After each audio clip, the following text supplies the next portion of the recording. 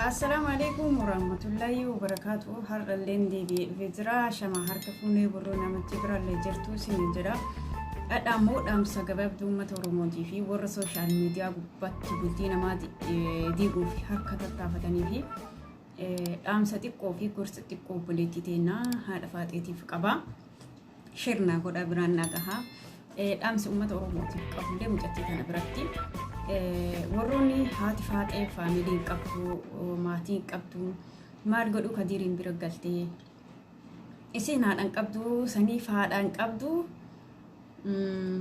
saniif kadiiriin bira galtee warroonni jettanillee jira waa hundumaayyuu viidiyoo kana keessatti ne argattu gorsa gabaabduu obboleettii teennaa fi akkasuma fakkaatota akkasii sooshaal miidiyaa gubbaatti waa jedhaniif jechuu barbaadeeti. Fakkeenyaa fi haati faadhee haadhaan qabdu jedhee namoonni baay'een dubbataa jira jechuudha. Haati faadhee gasxiisii jala seentanii ilaaluu dandeessanii nama haadhallee qabu, nama abbaallee qabu, nama obboleeyyanillee qabu, nama sadii gaarii qabu jechuudha. Kanaaf haati faadhee maaliif finfinneeteetti rakkoo isiin mana namaa teessise maali? Rakkoo har'a miidiyaa kana gubbatti uummata kana walii dhabuu irra geessee Kadiir sababa isiitiif yookiin mana Kadiir keessaa ciitiin bahu maaliif barbaachise waan jedhu biraa akka obboleettii tiyyatanaa dhaamsa qabaa jechuudha. Haati faadhee yoo dhimmallee finfinneen keessaa qabaatte dhimma ofiisanii namni mana haadha dubartiin heerumte takka jechuudha. Dubartiin heerumte takka mana haadha ofii dhattee yoo rakkootiin alatti halkan takka yookiin halkan lama buluun ulfaataa jechuudha. Jireenya Itoophiyaa ka qaaleessan keessatti haati faadhee keessummaa mana namaa ta'ettee keessummaa qe'ee namaa dhattee torbaan takkaa miti guyyaa lamaa buluun dogoggora guddaa isiiti. Kanuma keessatti warri har'a ajandaa isii qabatanii haati faadhee faamiliin qabdu haati faadhee maaliif mana ofiitti hin galle haati faadhee waggaa ganaa biyya Arabaa turte mana ijaarattee hin qabdu warran qabdu haadhan qabdu warri jettani haadhas qabdi abbas qabdi. Rakkoo keessa isii jiru garuu isimaa fi rabbiin qofatu beeka jechuudha. Kanaaf uummanni Oromoo ka har'a jala fiidanii ajandaa isii uumuuf yookiin ajandaa isiin gabbaaftee dubbatte kana bilbilaan waraabdanii nama waliin waraanuuf tokkoffaa sadarkaa tokkoffaarra argamtan. Kanaaf haadha faadhee rakkoon keessa isii jiru rakkoo faamilii ni qabdi, waldhabbii faamilii qabdi. Kana rakkoon keessa haadha faadhee jiru. Waliigaltee namni tokko biyya Arabaa waggaa 10 ture, waggaa 8 ture galee biyya namaa biyya keessa galee haadha ofii ijaan arguu dhabuu jechuun kuni rakkina hamaadha jechuudha. Rakkoo guddaa faamilii fi isii jidduu jiru jechuudha. Haati faadhee nama abbaa gaarii qabu nama boolee san keessattis yoo isin dhimma qabaatte yookiin boolee san keessaallee nama dhufee fuudhuu danda'u yoo isin rakkina qabaatte nama bira dhaabbatee abbaan isii suni nama isii gargaaruu danda'u jechuudha. Garuu isii fi faamilii isiitti beeka rakkoo jidduu isii lamaan jiru jechuudha. Kanaaf obboleettii keenya warri har'a harka siitumee warri har'a akkana siin jedhee warri har'a rakkoo kee kanaa fi sooshaal miidiyaa baasee jaarsaaf jaartillee addaan diiguuf fiigu kuni boruu osoo ati karaa irrattillee haftee yookiin gizee takka si gargaaruu danda'an gizee biraa si gargaaruu hin danda'an. Haatiniif abbaan kan kee kana har'a ati irraa dheessitee mana namaa teettu suni ilmoo ofiitii foon ofii ofirraa kutanii hin gatanii osoo haatu haga feete rakkattee osoo haatu waan feete taate ofirraa kutanii sin gatan. Kanaaf rakkoo faamilii kan keetiif si jidduu jiru dhibbaan dhibbattillee beekuu baadhuu nan beeka. Rakkoo faamilii kan kee jidduu jiru sanii jaarsi biyyaa jira, eessummaa gaarii qabda,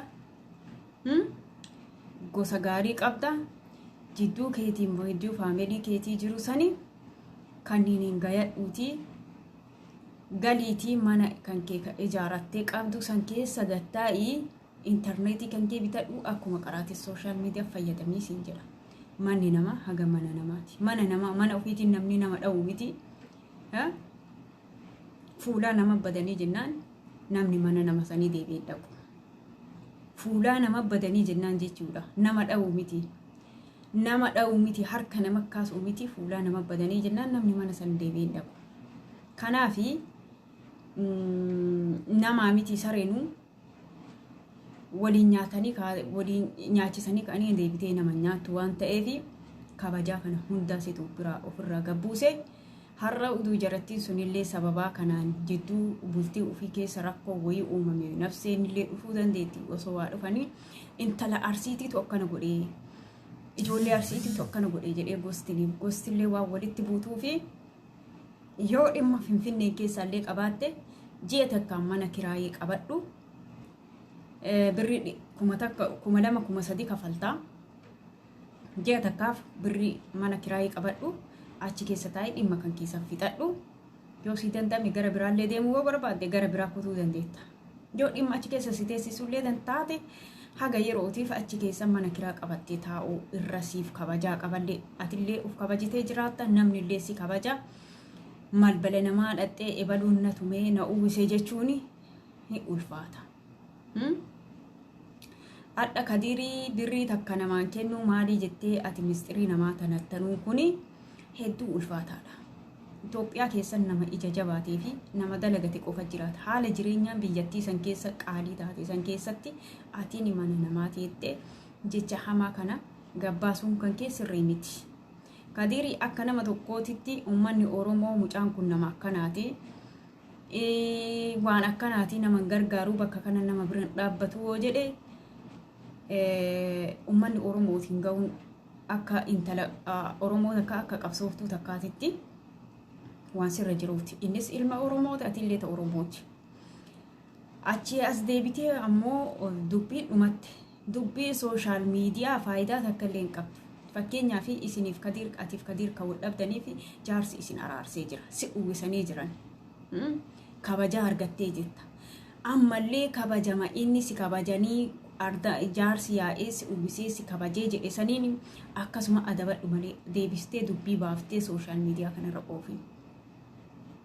Rakkoo keessa keetiif keessa maatii gaggeetii jiru as baasiitii nama bubbee sooshaal miidiyaa kana irratti ajandaa yoo argate yuutuubii fi feesbuukiin si daldalatu miti akka dheengadda Kadiir si tumee jennaan jaarsi biyyaa sun bahee dhugaa qabda jedhee dhugaa sii kennee wali isi araarsanii si uwwisan sanitti rakkoo kan kee jaarsa gosa qabda ardaa qabda abbaa qabda rakkoo kan keessanii ardaa keessa dhalatte sadi galiiti abbaa kiyya kan itti balleesseera isaanillee hagana na godhaniiranii naa argaa jedhiiti ardaa kan keessanii galiiti waan akkasii godhi. Hayyuu intalaa jechuun akkas beektuu intalaa jechuun akkas faayidaan qabu sooshaal miidiyaan. Si'ii fi abbaa manaa kan keetuu adda baasuu danda'a. Ijaarattee akka qabdu mana nan beeka. Kanumaayyuu yoo rakkoon sunillee guddaa ta'e yoo rakkoon kan kee sunillee kana bira darbu ta'e maatii kan keetii fi ardaa jaarsa biyyaatiin gahi yoo dadhabde gama seeraatiin deebi'i dhimma mana kan kee keessaa sanillee fixadhu malee amma gabbaatee dhimma namaallee hafarsuu dhimma kan keellee uummanni sooshaal miidiyaa hafarsuu fi gabbaateetiin odeessini akka intala takkaate siidhaama. Inni biraa warroonni adda sooshaal miidiyaa irratti si gargaaranii maal siin jedhan kuni yoo atillee rakkina qabaatte yoo manni kan keessunillee akkuma beeku ani na beekta sheer godha biraan nagaa akkuma beeku rakkoo keessa keetii san akkuma beekutti rakkoon keessa keetii waan si jabaatu taate gabbayeeti uummata Oromootiin na gargaara bakka kanaa naa godha waan kana naa godha na dhaaba jedhi akka intala Oromoo takkatti uummanni Oromoo jaalala siif qabuu fi kabajaa siif qabuu fi si biraa nafuu dhimma kan kee kana gabbaasi uummata Oromooti himadhu malee ganda namaa irra deemtee akka daa'imaa yookiin akka nama kadhattuu akka nama bakka hin qabne akka nama haala adaba hin qabne hin ta'in akka intala takkaatitti dalagataa turte. Namoonni amma baay'een isaanii haati faaxee birrii kuweetii dinaara kuweetii baay'ee dalaydeetti birrii waggaa hagana waggaa 10 dalayde wi'atti dun akka sooshaal miidiyaa irra nama gorsitu sanii miti baay'ee gara laafettiidha nama gargaaruu irratti baay'ee gara laafettiidha nama akka ofii nama gorsitu sanitti waa qabatu miti nama akka ofii nama gorsitu sanitti eddoo tokkollee ofiif yaadee ofii dhaabuu miti namaaf yaaddi malee dhugaa dubbachuu fi akka nama isii beekuutitti namaaf yaaduu miti Kanaafi warroonni har'a gigi jettanii gir jettanii faana girriftan kun keessa gabbu'aati rakkoo isii kana hubadhaati.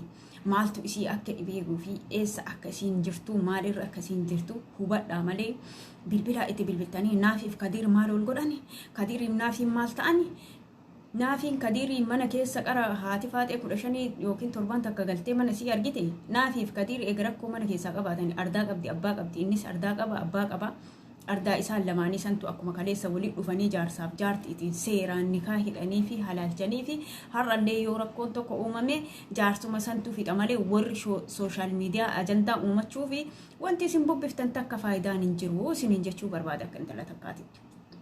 Kanaafi kabajaa fi barcuma abbatuuf jalaan deemaa mataa obboleettii tiyyaa badama warra kan keetii san eeggali meeshaa ormaa san dhiisi mallaqa har'a dalagattee yoo qabaattes taqabdu san qabadhuutii namni keenya irratti gargaaree iddoo tokko si haa dhaabu taqabdu san hin facaafatiniitii qabadhuutii warruma kan keessan hin malanaadhaa yoo dandeette ofii kan keetii uf danda'i maladhaadhu yookaan ammoo abbama kan keessaniin itti dhaqii araarfadhuutii yoo isaallee si balleessanii jiraata yoo atillee itti balleessitee jiraatte badiin kiyya jedhee fudhadhuuti abbaa kan keetiin malanaadhayi waan kana godhachuu barbaada abbaan kan keessuni nama si gargaaruu danda'u nama iddoo tokko si dhaabuu danda'u nan beeka. Kanaafi sooshaal miidiyaan faayidaa akkasiif hin qabu.